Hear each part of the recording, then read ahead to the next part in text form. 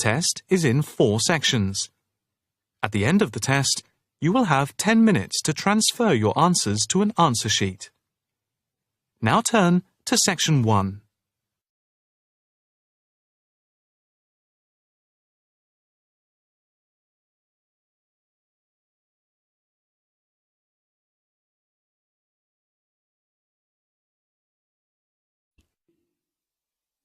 Yeah, he's great. He sounds like a great guy.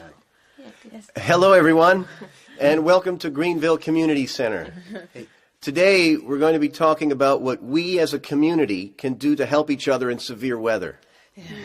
Our lovely little village is, as you know, quite remote. There may be other similar-sized communities only 25 kilometers away, but emergency services have to drive 500 kilometers to reach us from the closest large town. That can mean a wait of up to 10 hours before help arrives. Having said that, we are very lucky in that we've always had our own fire service. And thanks to the arrival of Dr. Jones earlier this year, we no longer have to drive so far if anyone gets sick. What we don't have, and are unlikely to get in the near future, is a weather station. Now, the National Weather Bureau can provide a lot of helpful information and even warn us about severe storms, but they can only do this if they build up a database of information. And to do that, they need local help. That means us. What we'd like to do is set up a group of volunteer storm spotters to pass information on to the Weather Bureau. So, what do these storm spotters have to do? Well, thankfully, you don't have to be particularly skilled in anything. Quite simply, immediately after a storm has passed, the first thing you have to do is call the National Weather Station to let them know.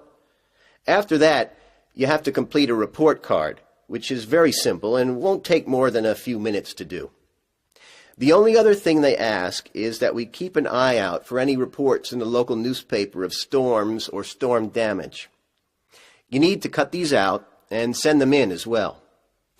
Damage that makes news here is unlikely to make it into the national papers, so these can be an important source of extra information. So, that's all as far as the duties go. Now, what sort of thing do you need to report? Well, they don't want to hear about every single storm that we have, only the ones that bring some unusual conditions. For example, we don't need to call them just because there is hail, but we should report any hailstones that are 2 centimeters in diameter or bigger. They also need to know about damage caused by high wind, especially if it uproots large trees. Again, don't contact them every time you see a tree falling over. You should use your common sense and restrict it to those big enough to cause a problem, especially on our roads. They'd also like to hear about very heavy rainfall, and more especially any localized flash floods. So what should you do if you care about our community and you want to help? Well, obviously, you'll need a bit more information and preparation than I've given you today. So we'll be conducting a training session next month. This will only take up a day, so don't worry too much about it. If you do have the time and would like to come along, then you'll need to talk to the police who are coordinating the event. And as our storm season is from November right to the end of January, you'll need to put your name down by the end of October at the very latest. But if you'd like to get in early, Sergeant Phillips is here this afternoon, and he's happy to take names now. This really is important for our community, and we're hoping to get a lot of support. Thank you.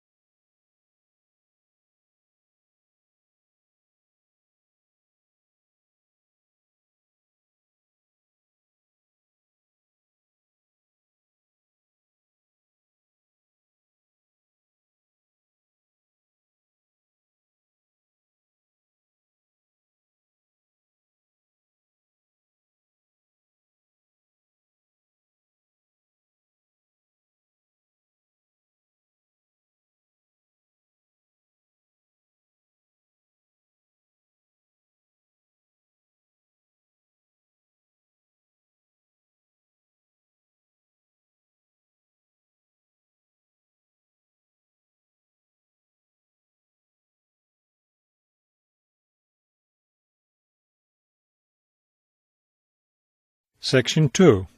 You will hear a tour guide giving information about a shopping district. First, you have some time to look at questions 11 to 15 on page 6.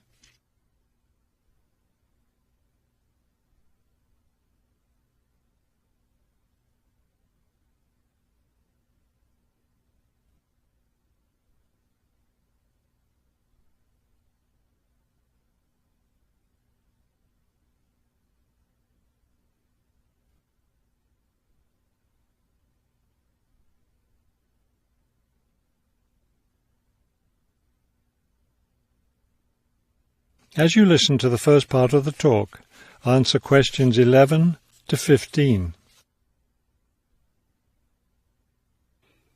This afternoon, we'll visit the city's shopping district.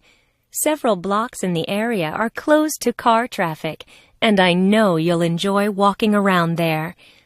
I'd like to give you an overview of the district now, since you'll be on your own once we get there.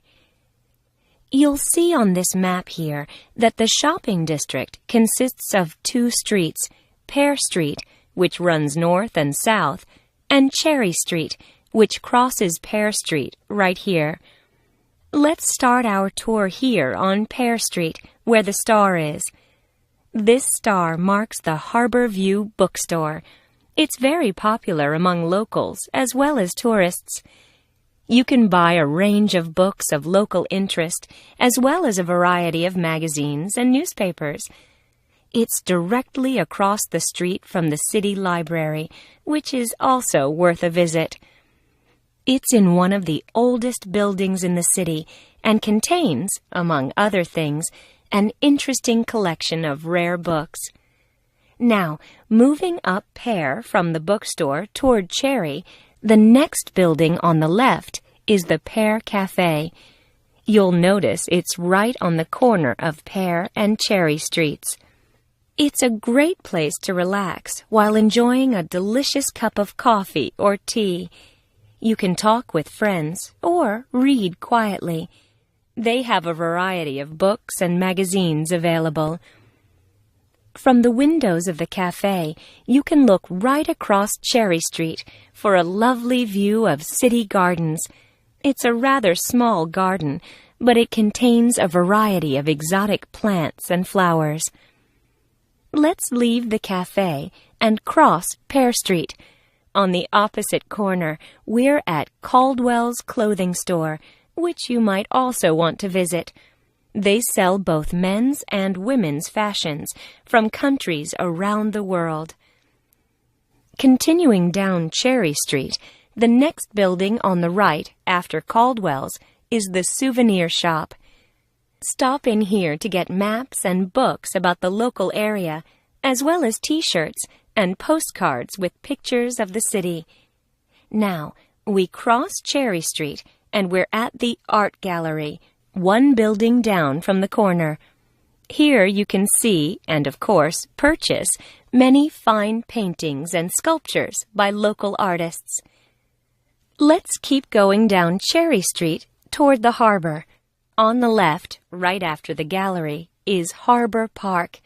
It's a lovely place, and it's certainly worth spending some time there. Before you hear the rest of the talk, you have some time to look at questions 16 to 20 on page 7.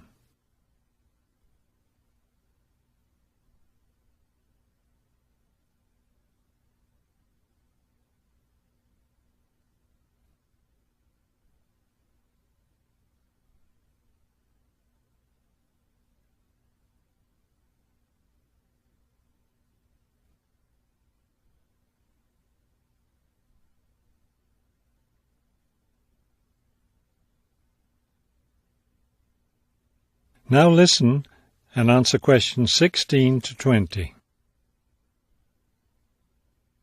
Harbor Park was built on land donated to the city by Captain Jones, a lifelong resident of this city.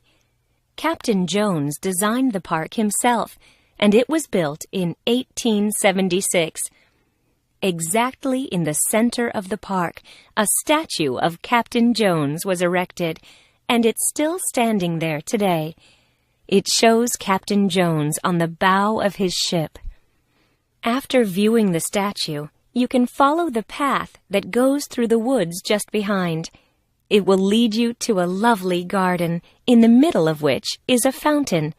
This is a nice place to enjoy a few quiet moments. If you still feel like walking, continue on to the far end of the garden. There, you'll find a wooden staircase, which will take you down to the harbor. You might enjoy the view of the boats from there. There's also a walking path along the water, which will eventually bring you back up to Cherry Street. You can see that there's plenty to do in this part of the city. The bus leaves at 1:30. That is the end of section 2. You now have half a minute to check your answers.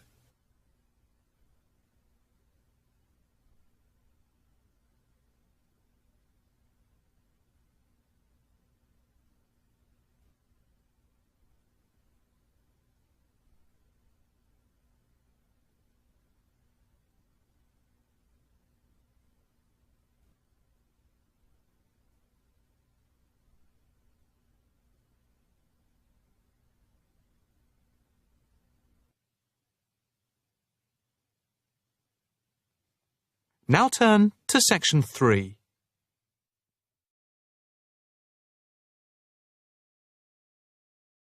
Section 3. You will hear a female and a male student talking to a female tutor about a self-evaluation form. First, you have some time to look at questions 21 to 26.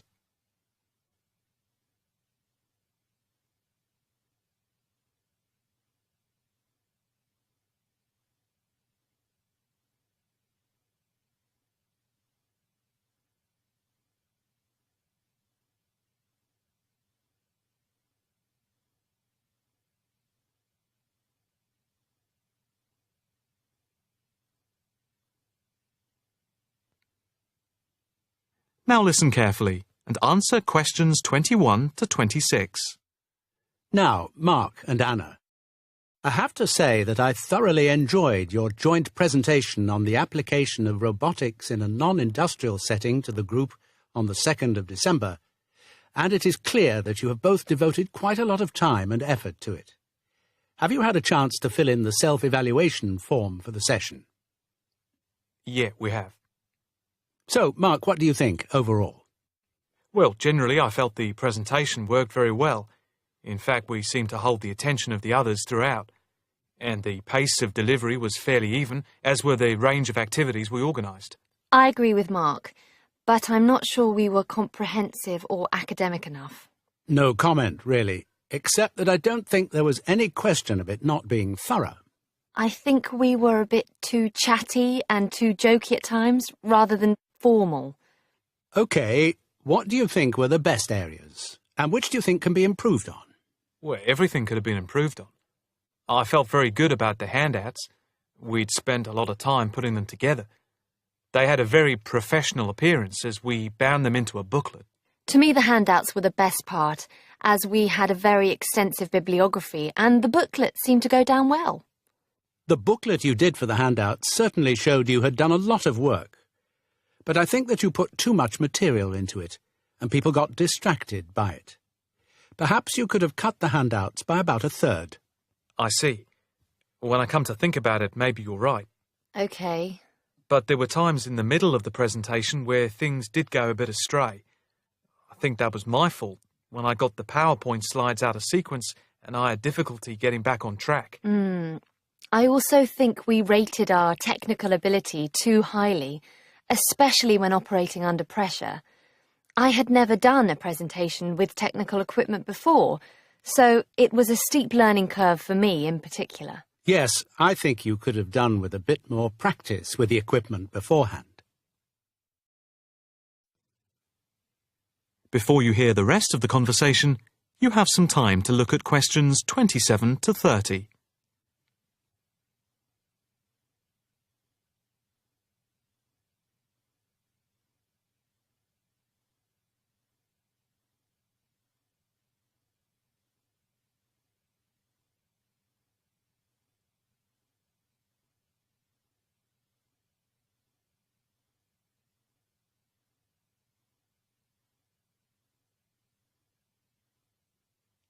Now listen carefully and answer questions 27 to 30.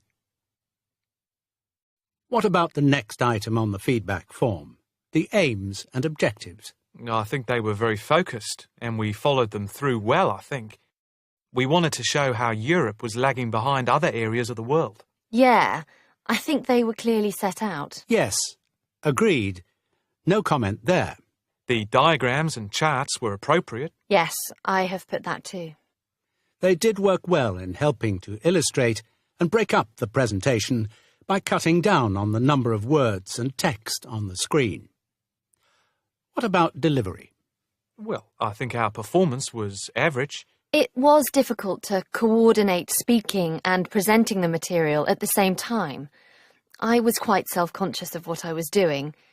It was down to a lack of experience. Unfortunately, both of you had the habit of standing in front of the projector, so you kept blocking the image on the screen. To me, this is the area that requires the most improvement. The section on the predictions of the commercial application in the future, I think, appeared a bit haphazard. To me, it was a weak point of the presentation. And I think that some of the slides could have had fewer words. And we could have done some fancy graphics with the words. If you had to give yourselves a mark overall, how much would you give out of 10? 6, maybe? I'd be happy with that. Though bits were probably nearer a 7. So I'd say a 6. Anna, what do you think? I think for me it's perhaps a 7. OK. Did you find the task and the evaluation useful? I think... That is the end of section 3.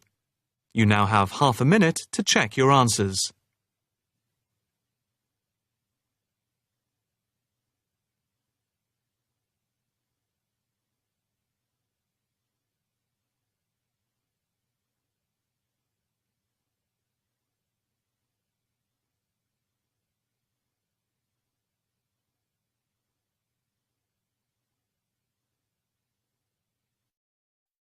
Section 4. In this section, you'll hear a lecture about Iron Age in Britain. First, you have some time to look at questions 31 to 40.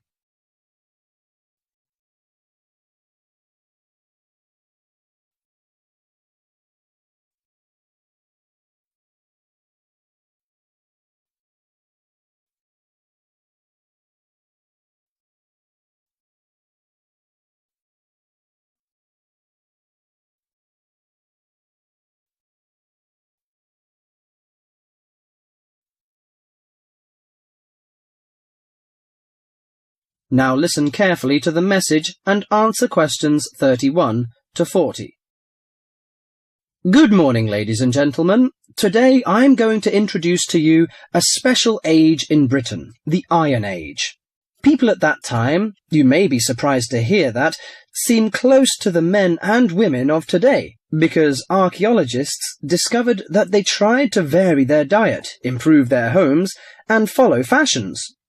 The period known as the Iron Age lasted in Britain for about 800 years, from 750 BC to 43 AD. There had been several dramatic changes by the end of the Iron Age, including coinage, wheel-thrown pottery, etc. People had started to live in larger and more settled communities. Furthermore, because of the differences in climate and geography, someone living in Yorkshire or Ireland would have eaten different food, worn different clothing, and lived in different housing conditions from someone living in southern Britain. Caesar commented that Britain was a land of small farms, and this has been proven by the archaeological evidence. Since Iron Age society was primarily agricultural, it is safe to presume that the daily routine would have revolved around the maintenance of the crops and livestock. Small farmsteads were tended by and would have supported isolated communities of family or extended family size. They produced enough to live on and a little extra to exchange for commodities that the farmers were unable to provide for themselves. For those farms, harvested crops were stored in either granaries that were raised from the ground on posts or in bell-shaped pits 2 to 3 meters deep. Some 4,500 of these storage pits have been found within the hill fort interior at Danebury in Hampshire. and if they were all used to store crops, this would have essentially made the site one large fortified granary. Although the archaeological evidence shows that cattle and sheep would have been the most common farm animals, it is known that pigs were also kept. The animals would have aided the family, not only with heavy farm labour in the case of the cattle, such as the ploughing of crop fields, but also as a valuable form of wool or hide and food products. Horses and dogs are also observed in the archaeological evidence from both faunal remains and artefacts. Horses were used for pulling 2- or 4-wheeled vehicles, carts, chariots, while dogs would have assisted in the herding of the livestock and hunting. Besides agriculture and stock raising, the architecture in Iron Age is also worth mentioning. A very well-preserved settlement has been discovered at the site of Chislester in Cornwall. It was made up of individual houses of stone, with garden plots. In Wessex, the typical building on a settlement would have been the large round house. All of the domestic life would have occurred within this. The main frame of the round house would have been made of upright timbers, which were interwoven with coppiced wood, usually hazel, oak, ash, or pollarded willow, to make wattle walls. This was then covered with a daub made of clay, soil, straw, and animal manure that would weatherproof the house. The roof was constructed from large timbers and densely thatched. The main focus of the interior of the house was the central open hearth fire. This was the heart of the house to provide cooked food, warmth, and light. Because its importance within the domestic sphere, the fire would have been maintained 24 hours a day. Beside the fire may have stood a pair of fire dogs, such as those found at Baldock in Herefordshire, or suspended above it a bronze cauldron held up by a tripod and attached with an adjustable chain. The ordinary basic cooking pots would have been made by hand, from the local clay, and came in varying rounded shapes, occasionally with simple incised decorations. As for eating, bread would have been an important part of any meal, and was made from wheat and barley. The dough would have then been baked in a simple clay-domed oven, of which evidence has been found in Iron Age houses. The barley and rye could also have been made into a kind of porridge. In addition to this, the grain was also fermented to make beer, and the surface foam that formed was scraped off and used in the bread-making process. The interior of the house was an ideal place for the drying and preservation of food. Smoke and heat from the constant fire would have smoked meat and fish, and would have dried herbs and other plants perfectly. Salt was another means of preserving meat for the cold winter months, but this was a commodity that could not be made at a typical settlement. Well, you can see that Iron Age people lived a decent life, didn't they? I'm going to introduce their culture and leisure time next time. Thank you. That is the end of section 4.